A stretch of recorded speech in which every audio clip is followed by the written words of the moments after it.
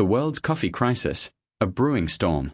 The global coffee supply is under threat, and the culprit is not just rising prices but a looming environmental crisis. As climate change intensifies, extreme weather events are becoming more frequent and severe, directly impacting coffee production. The consequences are dire. By 2050, the land suitable for Arabica coffee cultivation could halve, according to World Coffee Research's findings. This isn't just a worry for Brazil, the world's largest producer, but for major coffee-growing regions worldwide. The signs are already evident. Brazil, for instance, is experiencing its most intense and widespread drought in history, with devastating effects on coffee flowering and yields.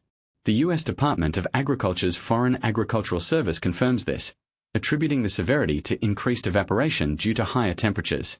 Ethiopia, often considered the birthplace of coffee, faces a similar fate, with Kew Gardens predicting a potential 60% reduction in suitable growing areas under a 4 degrees Celsius warming scenario. The crisis extends beyond Brazil and Ethiopia. Vietnam, Indonesia, and Colombia are also at risk, with a study published in PLOS One echoing the warnings. The data from Fundacao Procaf in Minas Gerais paints a grim picture, showing a significant water deficit in 2024, far exceeding previous years. This trend is not isolated. The entire coffee-growing landscape is under threat. The root cause of this crisis is multifaceted. Dr. Miguel Altieri, a professor of agroecology, highlights the vulnerability of Brazilian Arabica coffee production to high temperatures linked to climate change. The abandonment of traditional shade-grown coffee systems has exacerbated this issue, as shade trees provide essential protection from heat and retain soil moisture.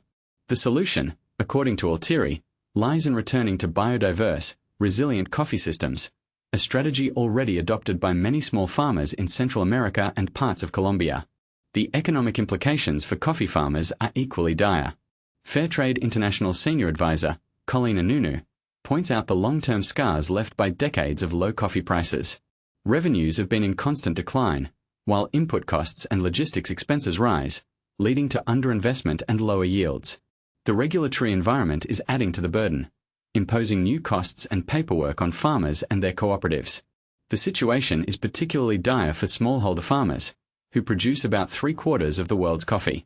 These farmers face challenges in negotiating fair prices with international buyers, endure difficult working conditions, and are increasingly pushed to shift production areas due to climate change. Fairtrade's Coffee Dashboard offers tools and data to support these farmers, helping them navigate the complex landscape of climate and market vulnerabilities. Dr. Ernesto Mendez, a professor of agroecology, emphasizes the sensitivity of coffee shrubs to weather conditions.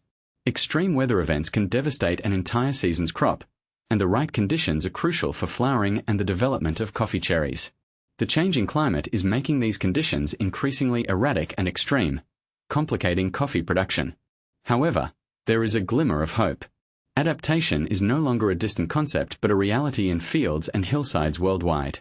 Organizations like World Coffee Research and Embrapa are working to breed more resilient coffee plants and support agroforestry, soil conservation, and targeted irrigation strategies. The race is on to protect livelihoods, maintain supply, and preserve coffee as a global staple. The UN FAO is leading the way in places like Uganda, where farmers interplant bananas with coffee trees, creating agroforestry systems that improve soil health and stabilize microclimates. In Tanzania, traditional coffee growing techniques on the slopes of Mount Kilimanjaro are being adapted to a changing climate while preserving biodiversity. The transition is essential, and it needs to be just, protecting biodiversity, respecting land limits, and securing the livelihoods of millions who depend on coffee farming. The future of coffee hangs in the balance. As climate pressures intensify, bold, coordinated action across sectors and borders is necessary. The choices made by governments, companies, and consumers in the coming years will determine whether coffee remains affordable and abundant or becomes another victim of a changing climate.